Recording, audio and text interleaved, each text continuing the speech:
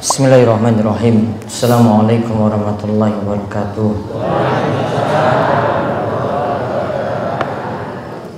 Alhamdulillahilladzi hadana li hadza wa ma kunna linahtadiya laula an hadanallah. Laqad ja'at rusulu rabbina bil haqq wa nudu an tilkumul jannah uristumuha bima kuntum ta'malun.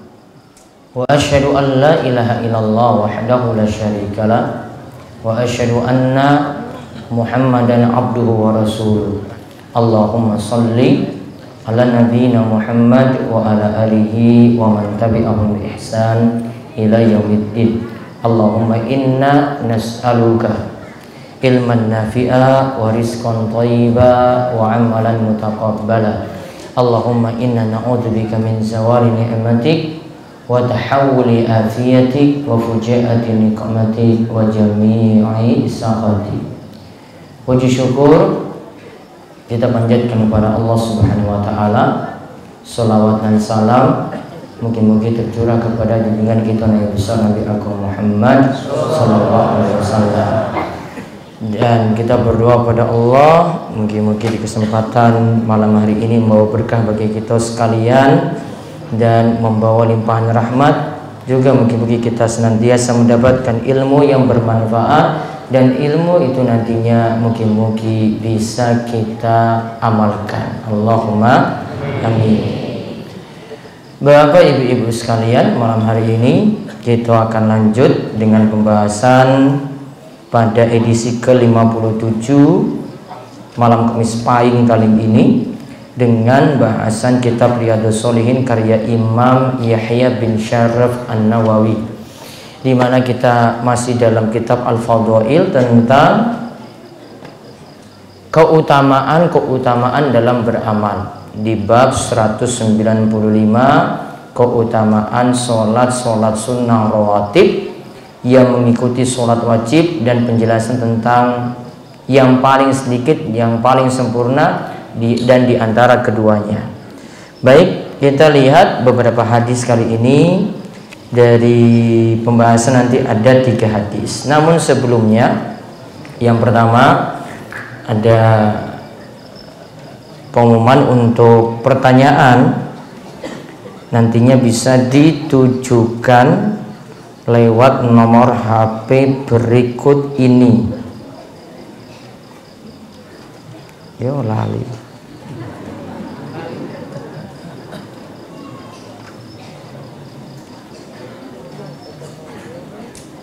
Nah, 0812 betul Pak? Iya tuh. 0812. Oh iya. 0812 281 851 31. 0812 281 851 31. Jadi nanti ada yang mau mengirimkan pertanyaan bisa lewat nomor WA di HP tersebut, lewat nomor tersebut, termasuk juga yang mendengarkan via Facebook atau radio Darus Shalihin 107,8 FM. Begitu juga yang mendengar lewat aplikasi radio Darus Shalihin. Sebenarnya malam Senin itu juga ada pengawasan rutin di radio, bahkan dapat kuis ya. Namun yang nyetel radio kayaknya baru sedikit, mungkin radionya nggak ada. Iya, radio lebih murah daripada tuku HP loh. Apa radionya nggak nyala? Hah? Ya karena nggak punya paling. Urung tuku. Ya. Pak ayah ini ya, daripada beli HP mendingan beli radio. HP nganggo pulsa, radio gor listrik baterai cukup ya. Nanti silakan di setel tiap malam Senin, nanti ada ngisa jam 8 sampai jam 9 malam, jam 8.30 setengah 9 setengah 9 sampai setengah 10 sekaligus nanti ada tanya jawab dan kuis berhadiah. dia. Kalau malam Kamis nggak ada kuis karena nggak sanggup, jamaahnya terlalu banyak. Kalau di radio biar yang dengar saja nanti akan mendapatkan kuis dari pertanyaan-pertanyaan yang ada. Baik, sekarang tema kita membahas mengenal sholat sunnah rawatib. Sholat sunnah rawatib. Sholat sunnah rawatib itu artinya sholat sunnah yang mengiringi sholat wajib. Nanti kita akan lihat keterangannya yang ada. Baca dulu hadis 1097. Monggo Mas Edi.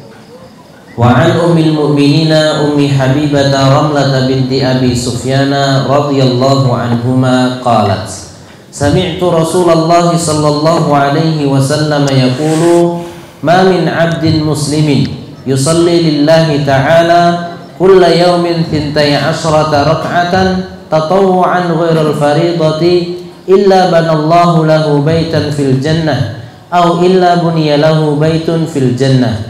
Rawahu Muslimun. Dari Ummul Mukminin Ummu Habibah Ramlah binti Abu Sufyan radhiyallahu anhuma berkata, aku mendengar Rasulullah sallallahu alaihi wasallam bersabda, tidaklah seorang hamba yang muslim yang salat karena Allah setiap hari 12 rakaat salat sunnah selain salat wajib, melainkan Allah pasti membangunkan untuknya sebuah rumah di surga, atau melainkan dibangunkan untuknya sebuah rumah di surga. Hadis riwayat Muslim. Taib. Saking Ummul Mukminin Ummu Habibah. Nama aslinya itu Ramlah. Sinten? Ramlah. Kayaknya banyak orang Gunung Kidul yang namanya Ramlah juga. Ramlah ini nama aslinya, dan Ummu Habibah itu punya kedekatan dengan Nabi SAW karena Abu Sufyan itu paman Nabi SAW. Jadi masih punya hubungan dekat dengan Nabi SAW. Nah, Ummu Habibah ini di antara istri-istri Nabi SAW, sedangkan istri Nabi SAW jumlah totalnya itu ada berapa ibu-ibu? Ibu-ibu, berapa istri Nabi? Hah? Enggak, Nabi enggak mungkin nikah satu, Bu. Nabi istrinya banyak. Berapa istri Nabi? 11 nopo 10? 11. Coba sebutkan. Selalu. Padahal harus dibahas di Al-Azhar Karangrecek itu. Bapak-bapak berapa istri Nabi? 11. Jenengan istrinya berapa? Ya wis. Qanaah nerimo aja. Nah, Ramlah binti Abi Sufyan radhiyallahu anhuma itu mengatakan bahwasanya ia dengar langsung dari Kanjeng Nabi sallallahu alaihi wasallam. Ingat, istri-istri Nabi SAW itu bukan hanya ngurus dapur, namun juga belajar langsung dari Nabi Sallallahu Alaihi Wasallam, dengar hadis dari Nabi, tahu ilmu ini juga dari Nabi. Mereka beramal juga asalnya ilmunya semuanya dari Nabi, sehingga dari sisi kevalidan dan dari sisi keakuratan hadis itu didengar, istri Nabi SAW itu punya hafalan yang lebih bagus, dan hadis yang didengar itu lebih akurat dibandingkan dengan orang yang lain yang tidak dengar langsung dari Nabi Sallallahu Alaihi Wasallam. Contoh Aisyah radhiyallahu anha. Aisyah itu punya keilmuan hadis yang sangat luar biasa. Bahkan kalau para sahabat itu bingung tentang lafal-lafal dalam hadis, mereka tanya kepada Aisyah, ini bagaimana yang betulnya? Dan Aisyah itu bisa membenarkannya karena dia sudah sering dengar hadis dari Nabi Sallallahu Alaihi Wasallam. Dari sisi urutan, Aisyah itu berada di urutan nomor 4 dari sahabat-sahabat Nabi SAW dari sisi banyaknya hadis yang didengar. Nah, sekarang kita lihat ya, tadi disebutkan keutamaan jaga 12 rakaat sholat sunnah dalam sehari. Yang dimaksud sholat sunnah di sini adalah sholat sunnah rawatib. Keutamaannya apa? Akan dibangunkan rumah di surga. Pingin rumah di surga? Pingin.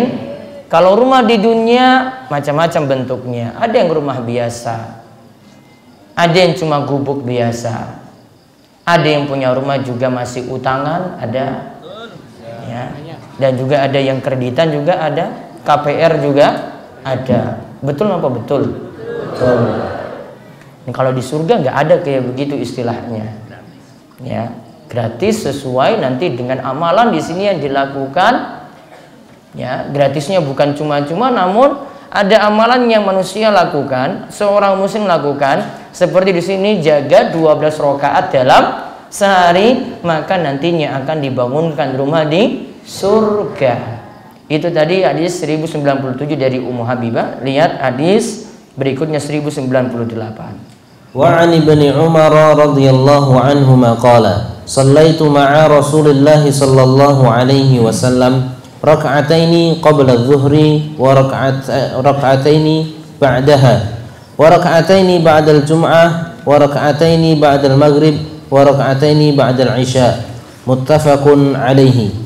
Dari Ibnu Umar radhiyallahu anhuma berkata, aku melaksanakan salat bersama Rasulullah sallallahu alaihi wasallam 2 rakaat sebelum zuhur, 2 rakaat setelahnya, 2 rakaat setelah Jumat, 2 rakaat setelah maghrib, dan 2 rakaat setelah isya.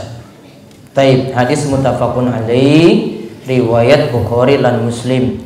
Saking Ibnu Umar radhiyallahu anhuma, ia berkata, aku melaksanakan sholat bersama Rasulullah sallallahu alaihi wasallam.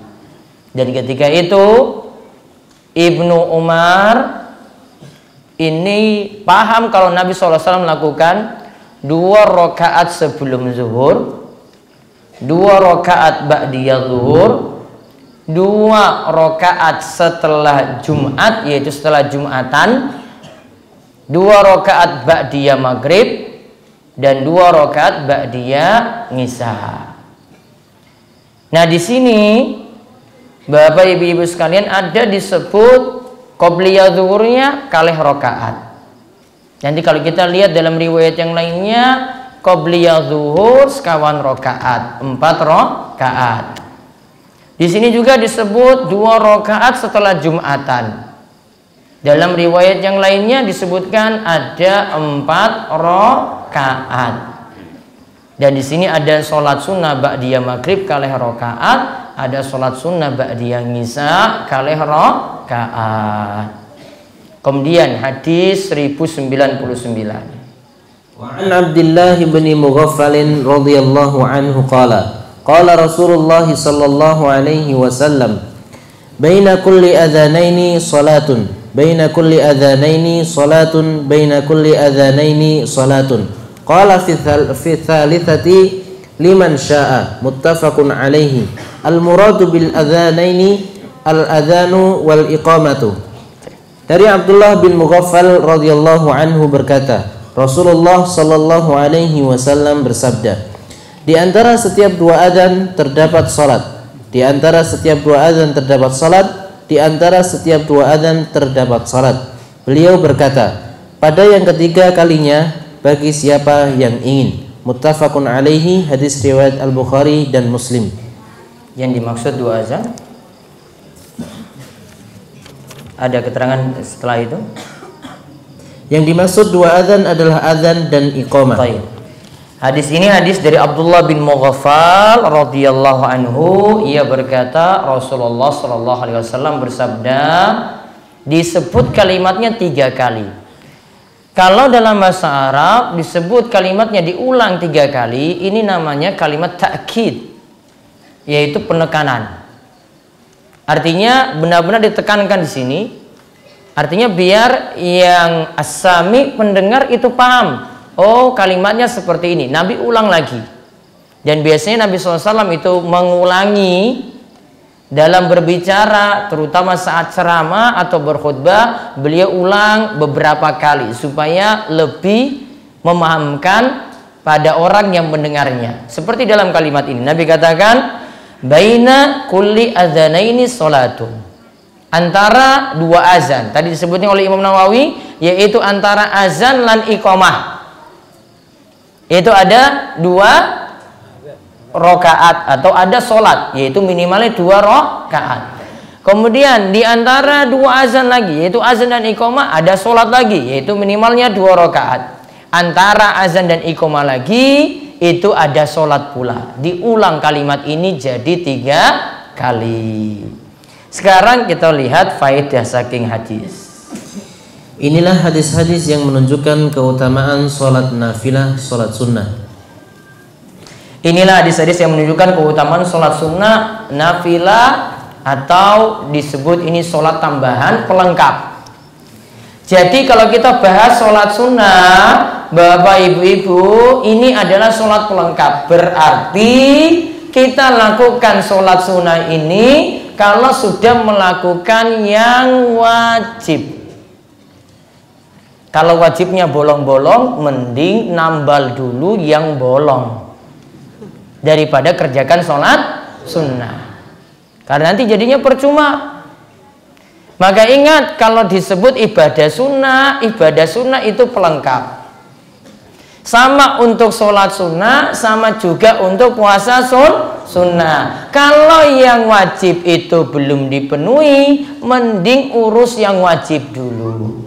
Berarti panjenengan ini belajar sholat sunnah, sholat wajibnya dibereskan dulu. Yang belum tertib subuh, mungkin sadar subuh. Iki wis tertib napa urung ya iki subuh ini?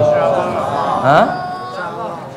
Subuh jam 4:30 apa jam 4:30?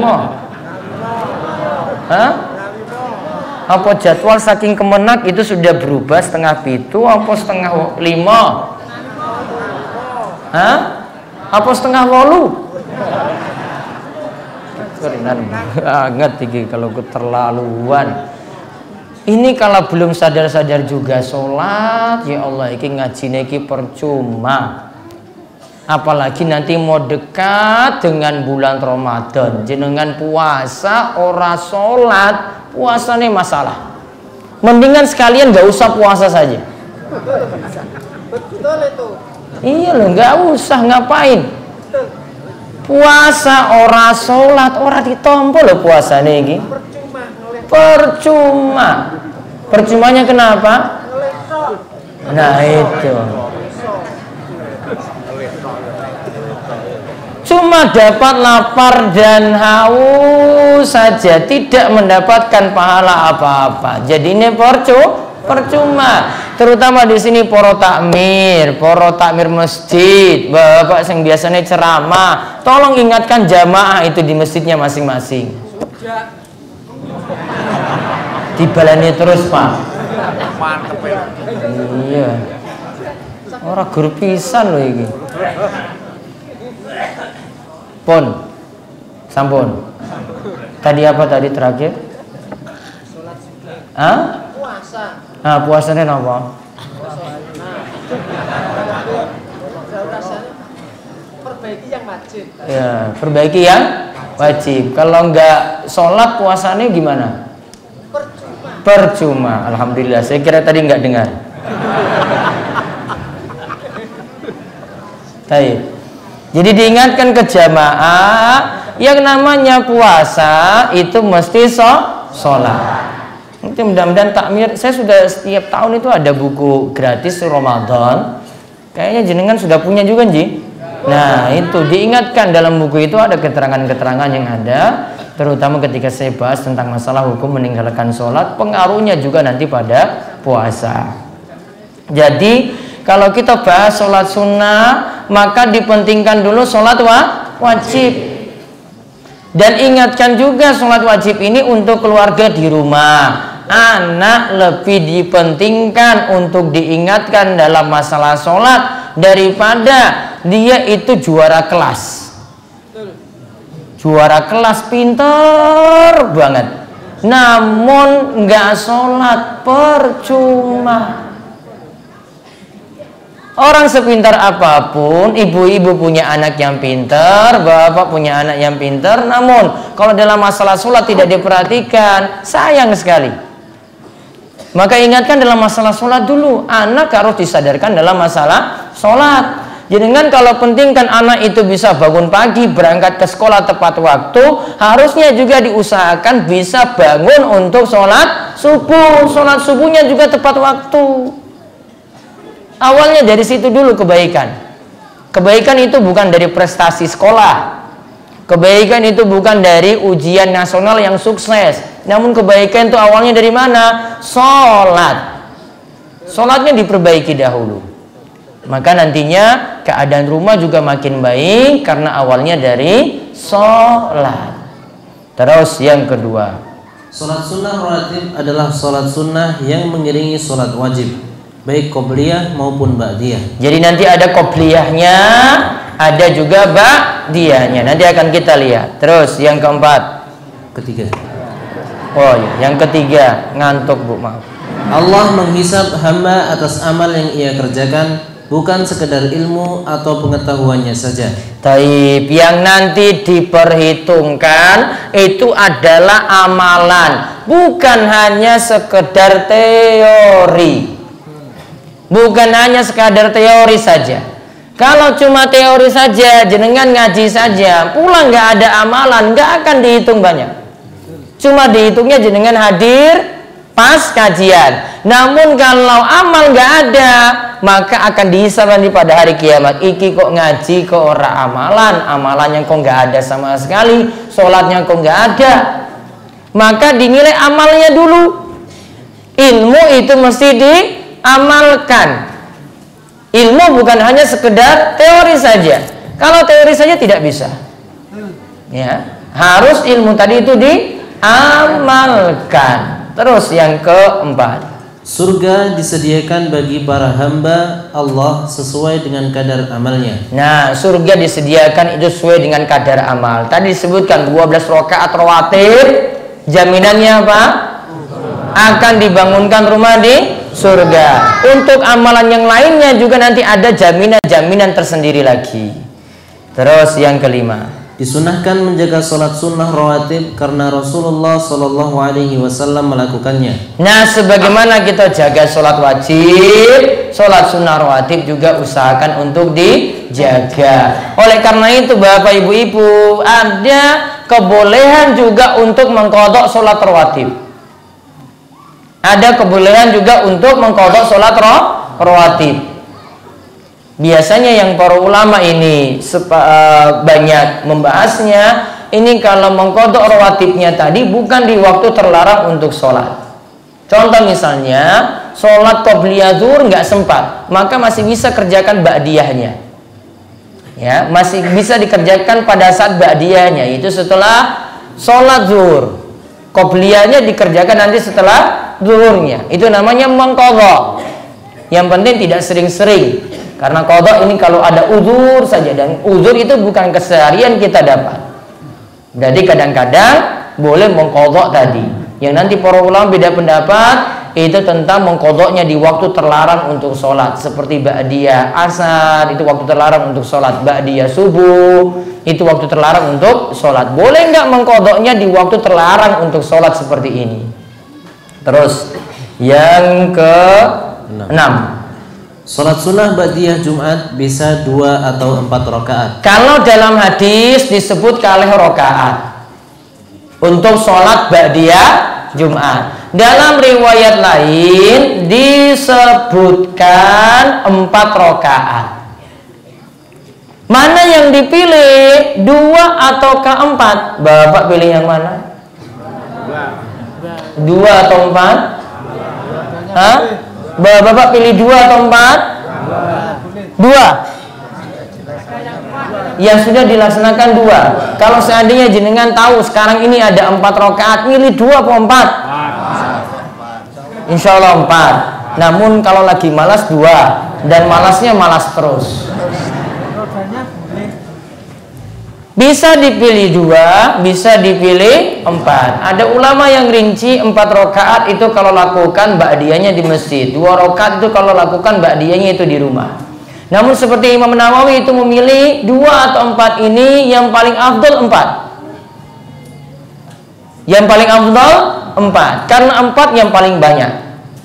Terserah kata Imam Nawawi melakukan di rumah atau melakukan di masjid. Yang paling afdal 4. Karena kaidahnya makin banyak rakaat keutamaannya itu makin besar. Kok banyak rakaat, makin banyak rakaat, maka keutamaannya itu makin besar. Terus yang berikutnya, sholat sunnah di rumah lebih afdal daripada di masjid. Untuk sholat sunnah, bapak-bapak lebih afdal mengerjakannya di rumah kalau punya kesempatan. Namun kadang di masjid-masjid kita itu jarak antara azan dan iqamah terlalu cepat. Biasanya pinten menit? 5. Nah, ada yang 5, ada yang 10. Karena kalau kita pergi ke masjid baru pas azan sampai di masjid, jangan-jangan sudah mau iqamah. Nggak sempat itu lakukan 2 atau 4 tuh nggak sempat. Maka kalau demikian, bapak-bapak, ibu-ibu sekalian, untuk sholat sunnah setelah nimbang seperti tadi, boleh kalau dalam keadaan kita tidak punya kesempatan sholat sunnah kecuali di masjid, maka lakukanlah di masjid. Namun kalau ada kesempatan lakukan di rumah lebih afdal. Apa manfaatnya? Di antara manfaatnya adalah pada hari kiamat makin banyak tempat kita itu sholat, maka tempat-tempat itu akan jadi saksi. Karena Allah katakan tentang bumi ini, yauma idzin tuhadditsu akhbaraha. Dalam surat Al-Zalzalah dikatakan bumi ini akan membicarakan apa yang dia lihat. Berarti dia lihat si A ini sholat di sini loh. Berarti dicatat. Dia pindah tempat di rumah lagi, berarti dicatat. Dia pindah lagi ke tempat lainnya lagi, berarti dicatat. Makin banyak tempat dia itu sholat, maka makin banyak untuk dicatat dan jadi saksi pada hari kiamat untuk mendukung kita pada hari kiamat. Itu diantara manfaatnya sholat sunnah di rumah. Terus yang ke-8, iqamah bisa disebut juga dengan azan. Karena tadi disebutkan azana ini itu adalah al-azan wal iqamah. 2 azan itu maksudnya azan dan iqamah. Terus yang ke-9, selama belum ditegakkan iqamah untuk sholat wajib, boleh mengerjakan sholat sunnah. Taib, selama belum iqamah masih boleh sholat sunnah. Berarti kalau sudah iqamah tidak boleh ada lagi sholat sunnah yang dimulai dari awal. Yang ada hanya boleh lanjutkan. Misalnya jenengan ada di rokat-rokat terakhir, terutama setelah rukuk, misalnya lagi duduk tahiyat, itu kan tinggal merampungkan. Kalau bisa waktunya sedikit saja untuk merampungkan, maka pilih untuk melanjutkan. Kaidah yang disebutkan oleh para ulama, al-istimraru aula minal ibtida'.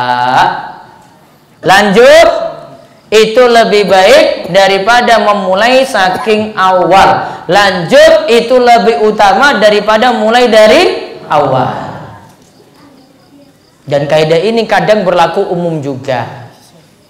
Kadang kalau bapak ibu-ibu itu ada yang WA saya terus tanya, Ustadz ini saya mau nuntut cerai atau gimana? Saya jawab al-istimraru aula minal ibtida. Lanjut lebih baik daripada mulai lagi dari awal. Ya yang wis tua yo lanjut wae. Wis ora mikir mulai rabi meneh kepiye, Pak. Lanjut lebih baik daripada mulai dari awal. Kalau bisa dilanjutkan, lanjutkan. Itu lebih utama.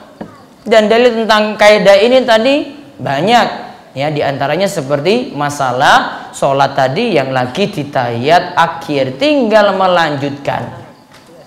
Terus yang berikutnya 10. Perintah adalah wajib selama tidak ada pemaling yang mengalihkan ke hukum sunnah. Jadi kalau kita dengan perintah tadi disuruh di antara dua azan itu ada sholat, di antara dua azan ada sholat, baru Nabi katakan liman sya'a, bagi yang mau. Kalau situ digunakan kalimat perintah, maka hukum asal perintah adalah wajib. Contoh kemarin yang kita bahas, Nabi SAW perintahkan makan dengan tangan apa? Kanan.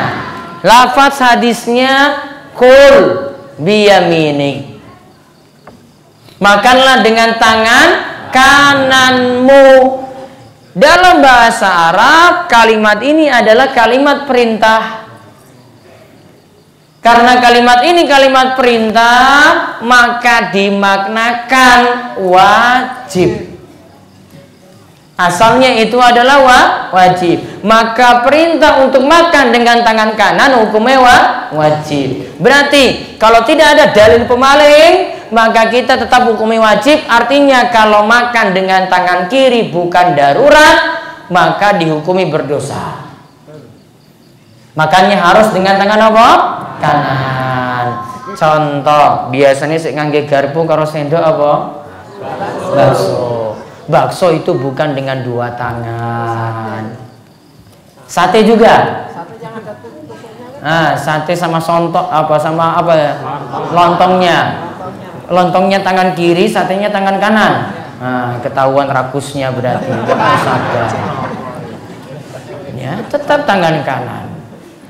Ya, mau yang nanti utak-atik minyak itu tangan kiri, pokoknya masukkan dalam mulut dengan tangan kanan. Ada perintah di situ. Hukum asal perintah adalah wajib. Nah, lalu kita lihat jumlah rakaat salat rawatib dalam sehari. Ada dua hadis saking Aisyah dan Ibnu Umar. Dari Aisyah radhiyallahu anha, Nabi sallallahu alaihi wasallam bersabda yang artinya, barang siapa merutinkan salat sunnah 12 rakaat dalam sehari, maka Allah akan membangunkan baginya sebuah rumah di surga. 12 rakaat tersebut adalah 4 rakaat sebelum zuhur, 2 rakaat sesudah zuhur, 2 rakaat sesudah maghrib, 2 rakaat sesudah sunnah, dan 2 rakaat sesudah isya, dan 2 rakaat sebelum subuh. Hadis riwayat Tirmidzi. Ada berapa rakaat di sini? 12. Lihat ya rinciannya saking sholat zuhur. 4 rakaat qobliyah zuhur. Tambah lagi 2 rakaat ba'diyah zuhurnya. Kemudian lompat ke maghrib, 2 rakaat ba'diyah maghrib. Terus lompat lagi ke isya, 2 rakaat ba'diyah nisa. Terus tambah lagi 2 rakaat qobliyah subuh. Coba saking zuhur, pinten rakaat? Qobliyah zuhur sekawan rakaat. Terus ba'diyah zuhur kalih rakaat. Asar kosong dulu. Ya, terus ba'diyah maghrib kalih rakaat. Terus ba'diyah ngisa sudah 10 rakaat. Ya, terus qobliyah subuh jadinya 12 rakaat. Ya, jaminannya apa 12 rakaat tadi? Kalau rutin. Berarti kalau nggak rutin ya enggak. Kalau rutin akan dibangunkan rumah di surga.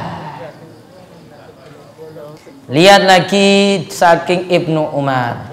Dari Ibnu Umar radhiyallahu anhuma, beliau mengatakan yang artinya, aku menghafal dari Nabi sallallahu alaihi wasallam 10 rakaat sunnah rawatib, yaitu 2 rakaat sebelum zuhur, 2 rakaat sesudah zuhur, 2 rakaat sesudah maghrib, 2 rakaat sesudah isya, dan 2 rakaat sebelum subuh. Hadis riwayat Bukhari. Saking Ibnu Umar bedanya 10.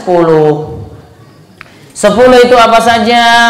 Cuma zuhurnya 2 rakaat qobliyahnya, yang lainnya sama. Berarti kesimpulannya sholat rawatib bisa 10 totalnya sehari atau bisa 12. Mana yang lebih bagus? 10 atau 12? 12 atau 10? Alhamdulillah pun paham. Ya. tinggal dirutinkan. Makin banyak maka makin afdal. Sebagaimana kata Imam As-Suyuti, makana aktsaru fi'lan kana aktsaru fadlan. Amalan yang banyak aktivitasnya itu lebih banyak pahalanya. Maka 10 dibandingkan dengan 12 lebih afdal 12. Terus berusaha rutinkan sholat sunnah rawatib. Buktinya adalah tentang hadis sholat rawatib dalam sehari berikut ini. Dari Ummu Habibah radhiyallahu anha, Rasulullah sallallahu alaihi wasallam bersabda. Tadi Ummu Habibah siapa? Istri Nabi SAW. Nama aslinya siapa? Romlah. Lalu, barang siapa mengerjakan sholat sunnah rawatib dalam sehari semalam sebanyak 12 rakaat, maka karena sebab amalan tersebut ia akan dibangun sebuah rumah di surga. Karena 12 rakaat tadi akan dibangunkan sebuah rumah di surga. Itu tadi saking Ummu Habibah. Lihat kalimat di bawahnya. Coba kita lihat bagaimana keadaan para periwayat hadis ini ketika mendengar hadis tersebut. Di antara periwayat hadis di atas adalah An-Nu'man bin Salim, Amr bin Amr bin Aus, Ambasah bin Abi Sofyan, dan Ummu Habibah yang mendengar dari Nabi Shallallahu Alaihi Wasallam secara langsung. Lihat, kita lihat perawi-perawinya satu-satu. Dari Ummu Habibah tadi, kemudian turun kepada Ambasah bin Abi Sofyan, kemudian turun lagi kepada Amr bin Aus, kemudian turun lagi kepada An-Nu'man bin Salim. Lihat apa dikatakan oleh Ummu Habibah di bawah.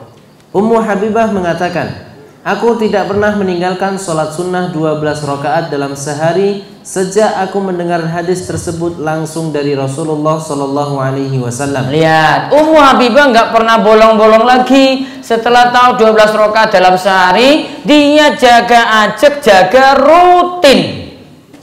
Cuma dengar hadis saja. Kita kadang dengar bolak-balik, nggak pernah lakoni, nggak pernah rutinkan, nggak pernah kerjakan, cuma teori.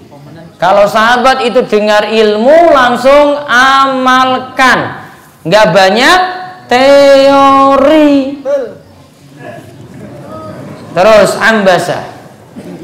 Ambasah mengatakan, aku tidak pernah meninggalkan sholat sunnah 12 rakaat dalam sehari sejak aku mendengar hadis tersebut dari Ummu Habibah. Dari Ummu Habibah ke bawahnya namanya Ambasah bin Abi Sofyan. Dia juga sama, ketika dengar hadis tersebut langsung amalkan tadi 12 rakaat dalam sehari, tidak pernah tinggalkan. Terus di bawahnya lagi Amr bin Aus mengatakan, aku tidak pernah meninggalkan sholat sunnah 12 rakaat dalam sehari sejak aku mendengar hadis tersebut dari Ambasah. Amr bin Aus juga sama di bawahnya, dengar hadis tadi langsung amalkan, gak pernah ditinggalkan 12 rakaat dalam sehari.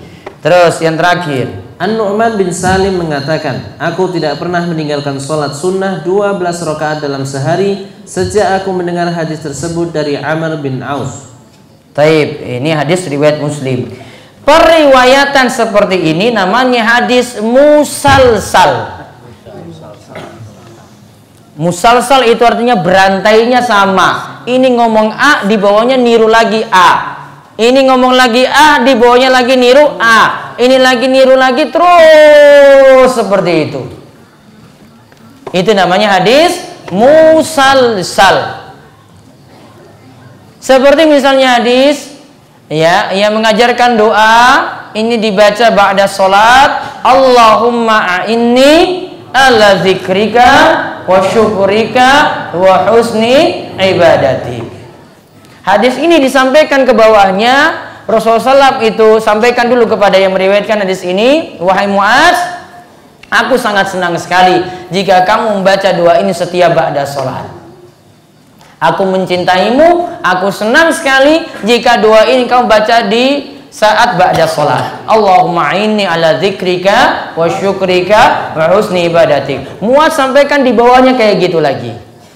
Saya dengar hadis ini dari Rasulullah SAW, dia katakan, aku senang sekali jika kamu itu membaca dua ini ba'da sholat, yaitu Allahumma inni ala dzikrika wa syukrika wa husni ibadatik. Orang yang berikutnya sampaikan sama terus sampai dapat ke penulis hadis.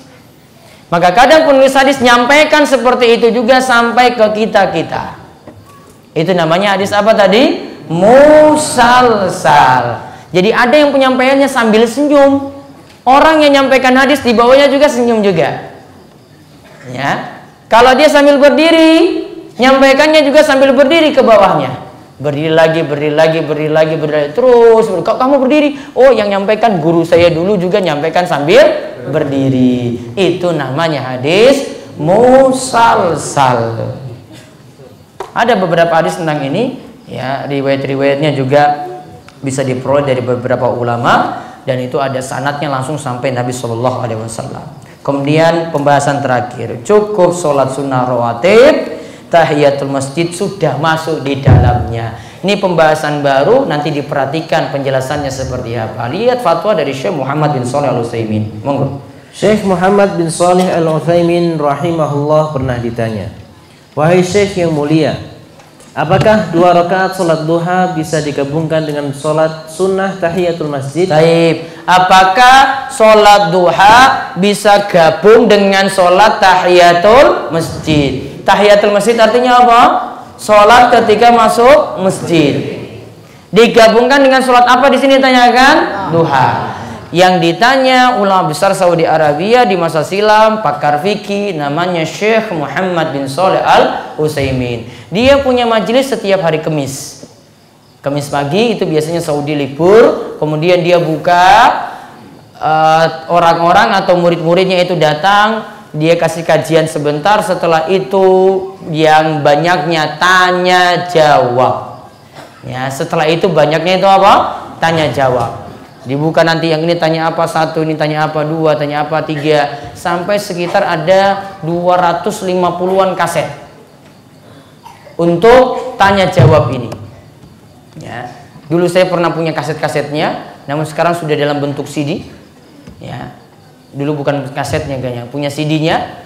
Ya, CD-nya itu ada dan sekarang sudah dibukukan juga, jadi lebih mudah untuk dikaji. Nah, di antara fatwanya dimuatkan seperti ini. Kita lihat jawaban beliau, boleh nggak gabung?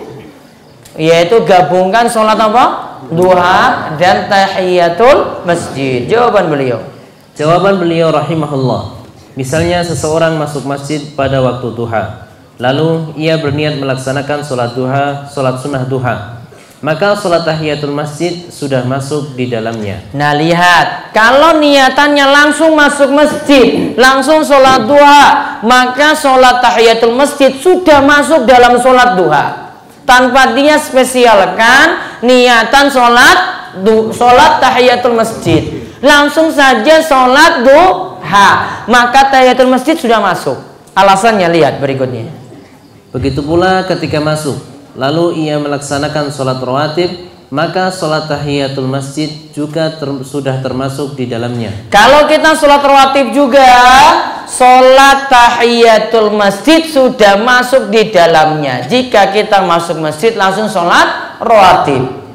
Terus misalnya seseorang melaksanakan sholat rawatib qabliyah zuhur, subuh, atau rawatib qabliyah zuhur. Qabliyah subuh berapa rakaat?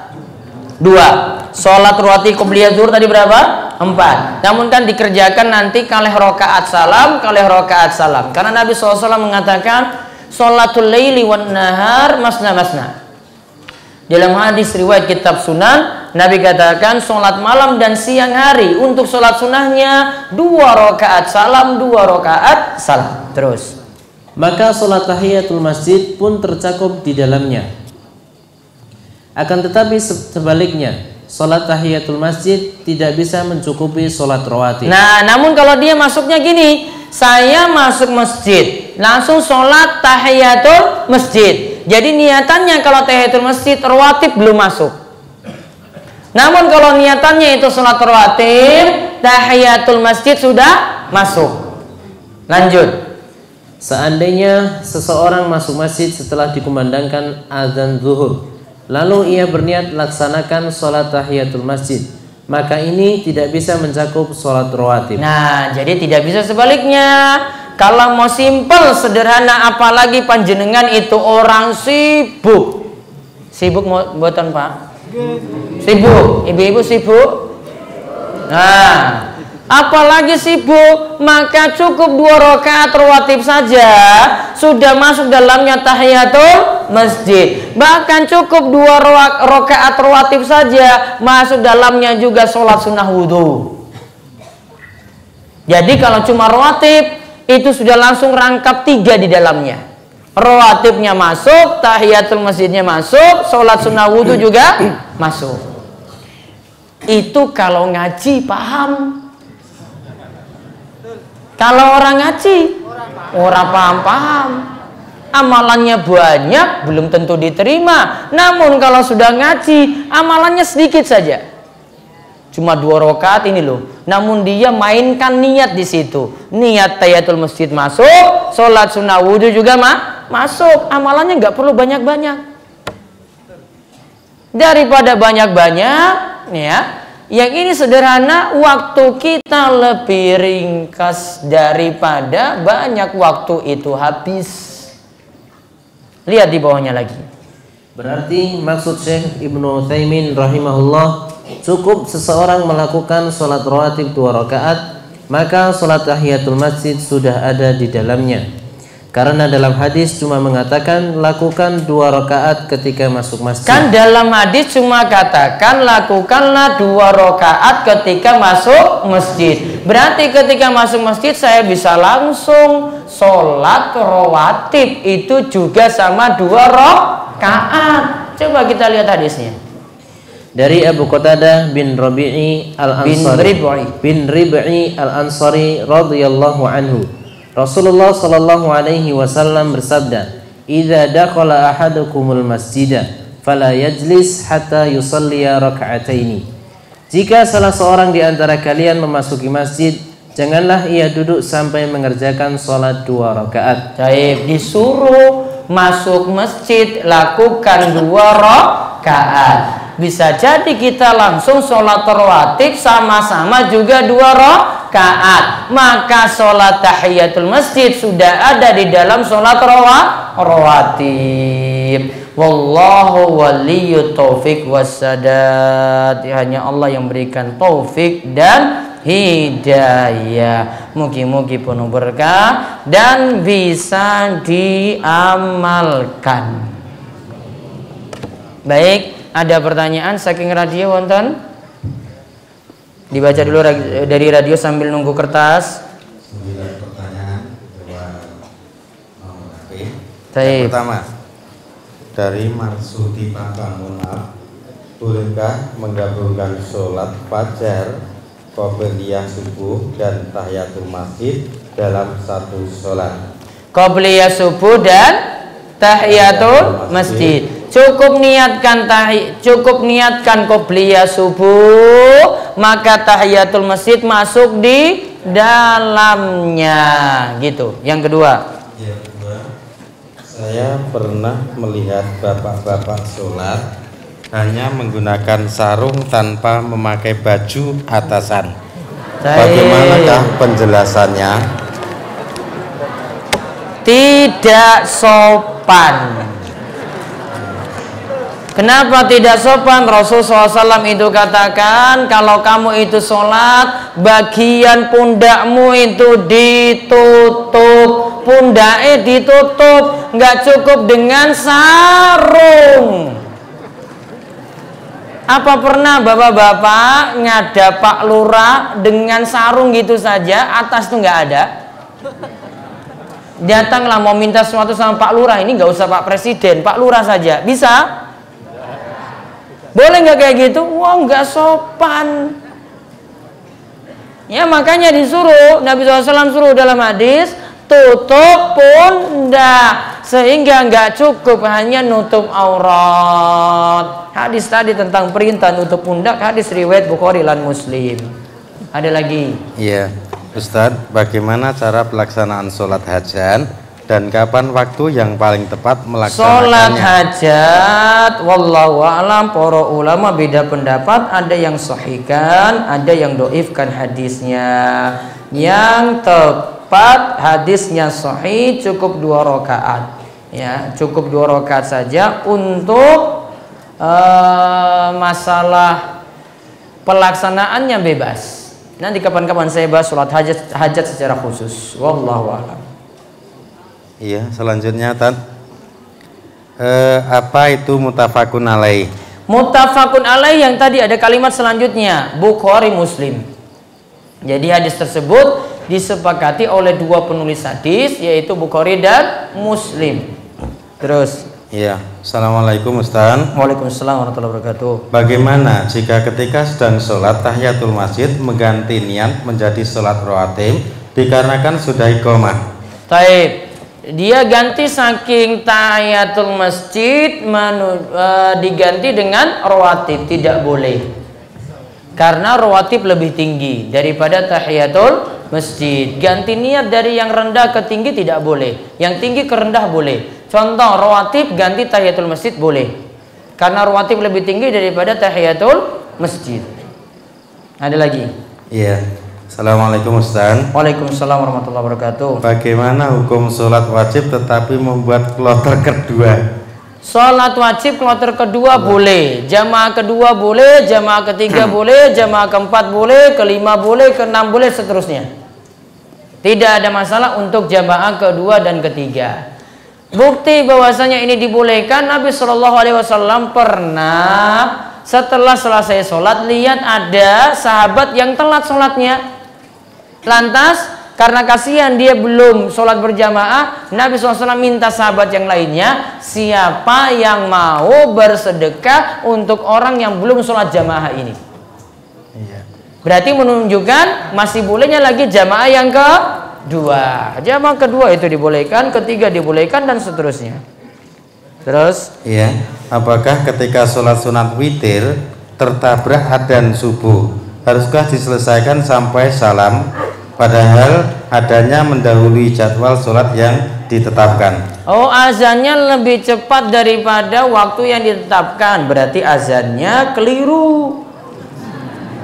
Ya, tetap lanjut. Kalau azannya tepat waktu baru berhenti. Wallahu a'lam. Terus? Ya. Bolehkah kita menghadiri undangan dari bank konvensional? Di dalamnya ketika menghadiri kita dapat uang transport kehadiran. Apakah uang transport tersebut halal atau haram Ustaz? Baik. Kalau jadi nasabah nggak boleh nerima. Wallahu a'lam. Lanjut. Ya Ustaz, bagaimana jika ketika sedang sholat tahiyatul masjid mengganti niat menjadi sholat rawatib dikarenakan sudah iqomah? Tadi sudah. Iya. Ini kirimnya 2 kali Ustaz tadi. Iya. Ini tidak mengada-ada. Iya, paketannya banyak gitu. 6 dari SMS. Nanti kalau Ustaz sudah, kami pun juga tidak akan membacakan lagi. Pak, mohon dijawab, penting sekali. Iya, gimana jika sholat rawatib Jumat dikomandoi dari muadzin yang adzan kedua kali, hukumnya bagaimana? Taib rawatib Jumat kalau qobliyah, wallahu a'lam, pendapat yang paling tepat qobliyah Jumat nggak ada. Yang ada cuma ba'diyah Jumat saja. Qobliyah Jumat itu tidak ada. Yang ada kerjakan kali rakaat salam, kali rakaat salam, kali rakaat salam sampai khotib naik mimbar. Bukan istilahnya qobliyah. Yang ada cuma ba'diyah. Tadi entah 2 atau 4. Ya, beda ya. Kalau qobliyah zuhur ada, namun kalau qobliyah Jumat tidak ada. Kalau kita itu telat datang ke masjid, tahiyatul masjid saja langsung. Bukan lagi qobliyah Jumat. Sama seperti yang azan 2 kali, Jumatannya azan 2 kali, juga niatannya sebenarnya bukan qobliyah Jumat, cuma sholat sunnah mutlak saja sampai imam naik mimbar. Ada lagi? Iya. Berhubung masih banyak pertanyaan lewat kertas, mungkin dari SMS. Ya, saya umumkan dulu beberapa pengumuman. Nggak boleh ibu-ibu bubar. Suaminya di sini Bu, nggak usah pulang. Tunggu. Di rumah juga nggak ada kerjaan. Pertama, untuk infak kajian bulan April pekan pertama untuk malam Kamis terakhir kemarin 4.360.000. Mugi-mugi penuh berkah. Terus yang di Karangreje itu 2.298.000. Kalau ada yang menyumbang banyak, alhamdulillah. Kalau nyumbangnya pas-pasan, alhamdulillah. Mugi-mugi semuanya dibalas oleh Allah Subhanahu wa taala. Kemudian untuk hari Jumat, ba'da sholat Jumat, insyaallah untuk warga Purwosari, Giri Cahyo ada pengawasan rutin setiap Jumat Pon di Masjid Al-Amin Gabuk. Betul nggih? Baik. Kemudian untuk malam Sabtunya tetap ada seperti biasa. Jumat sorenya juga di pesantren juga ada pelajaran untuk ibu-ibu, pelajaran tafsir surat Al-Fatihah. Kemudian malamnya malam Sabtu Sirah Nabawiyah. Kemudian hari Sabtu nggak ada jadwal. Saya ke Jakarta.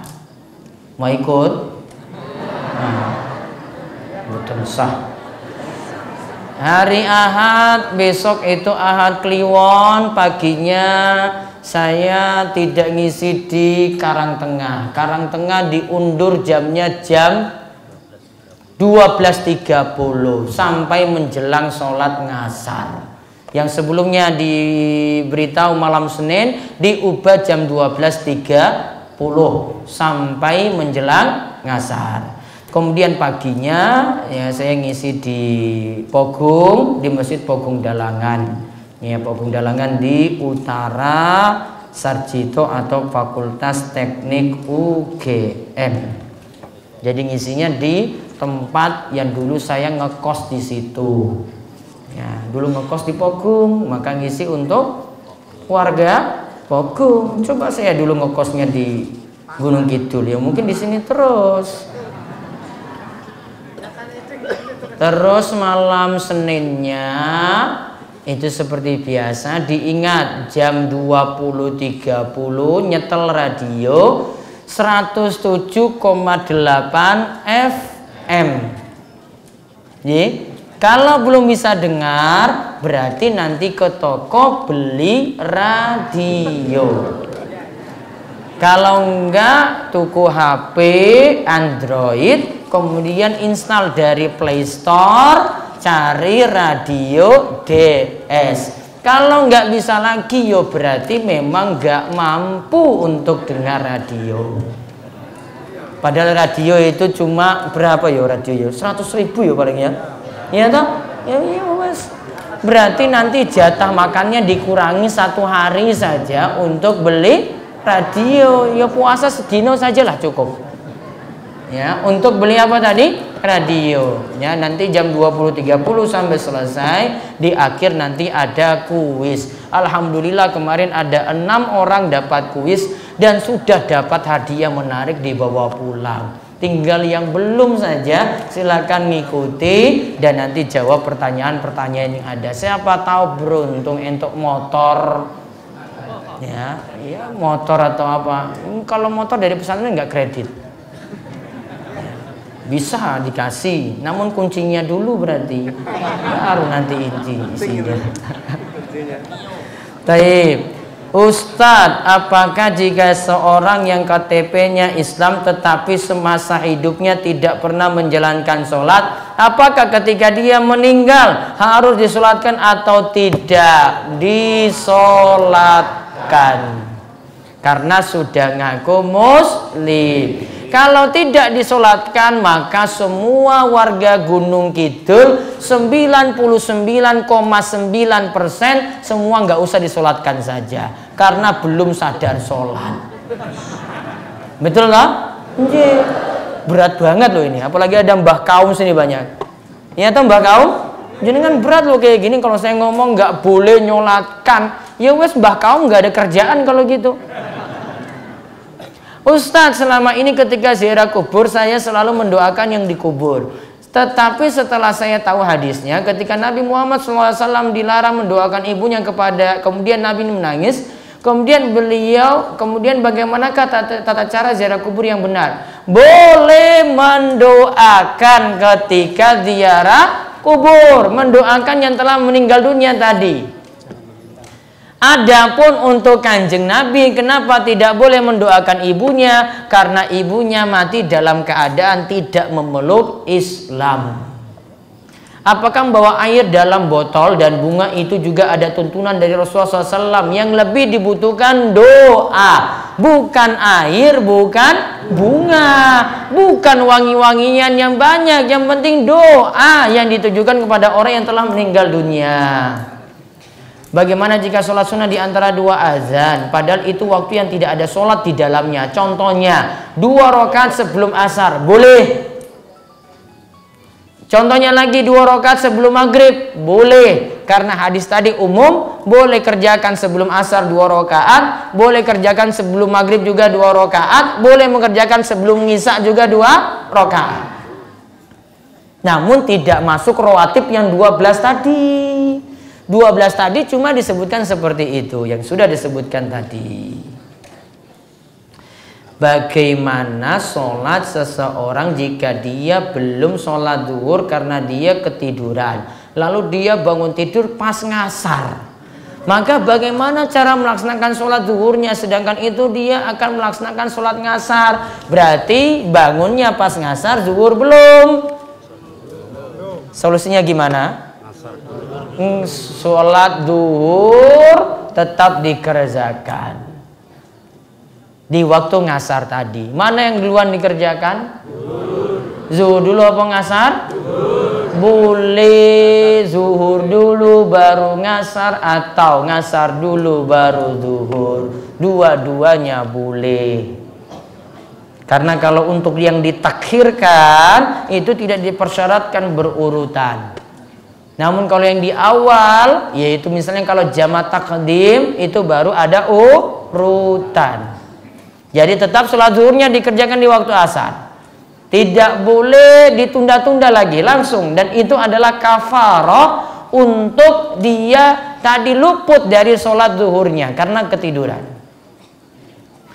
Apa hukum sholat tarawih 4 rakaat 1 kali salam? Sholat tarawih itu ada macam-macam. Ada yang 11 rakaat 2-2-2-2, ada yang sholat tarawih 4-4-4. Yang paling afdol adalah kadang memakai yang itu, kadang memakai yang lain. Jadi bervariasi. Boleh lakukan 4, boleh lakukan 2. Semuanya punya riwayat dan boleh melaksanakan semuanya. Apakah boleh sholat ba'diyah ngisya namun berjarak beberapa jam setelah sholat ngisya? Misal ngisyanya jam 7, rawatibnya jam 9. Boleh selama waktu sholat ngisya belum rampung. Mengapa tidak ada qobliyah ngasar maghrib ngisya? Boleh tadi sesuai dengan hadis, ya, baina kulil azanaini sholatun, di antara 2 azan yaitu azan dan iqamah itu ada sholat. Berarti boleh sholat qobliyah ngasar, boleh maghrib, boleh ngisya. Apakah orang yang meninggalkan sholat hanya 1 kali, misal asar, apakah dikatakan kafir? Yang jelas bahaya. Bahayanya bagaimana? Kata Nabi SAW, siapa yang meninggalkan sholat asar, faqad habita amaluh, maka amalnya pada hari itu terhapus. Padahal cuma 1 sholat saja yang ditinggalkan.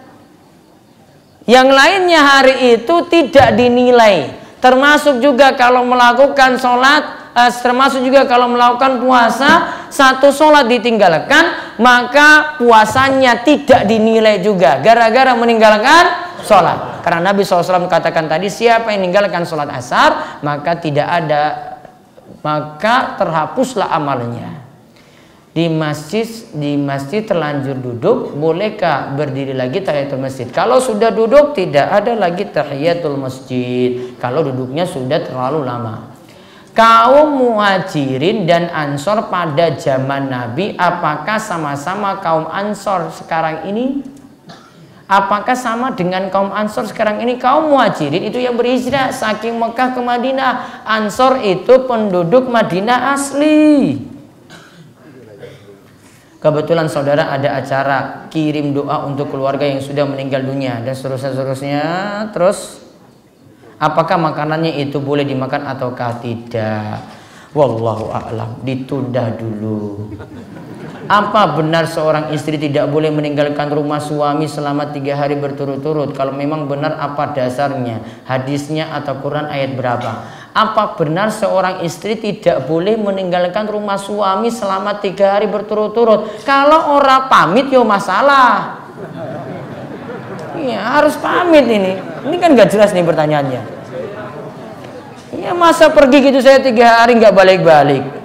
Nggak boleh.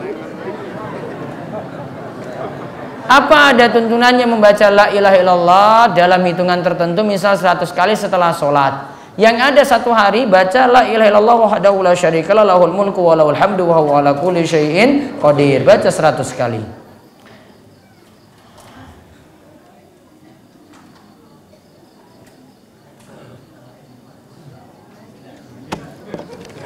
Pending. Pokoknya masalah-masalah nggak usah dibahas aja. Bolehkah kita menonton acara TV yang isinya ramalan-ramalan, menebak karma baik dan buruk? Kalau hanya sekedar menonton, apakah boleh? Tidak boleh. Siapa yang nonton ramalan di TV, sholatnya nggak diterima 40 hari. Saya ulang, siapa yang nonton ramalan di TV, sholatnya tidak diterima selama 40 hari. Biar tobat, nggak usah nonton-nonton kayak gitu. Kalau masih nonton saja, TV-nya dijual, selesai.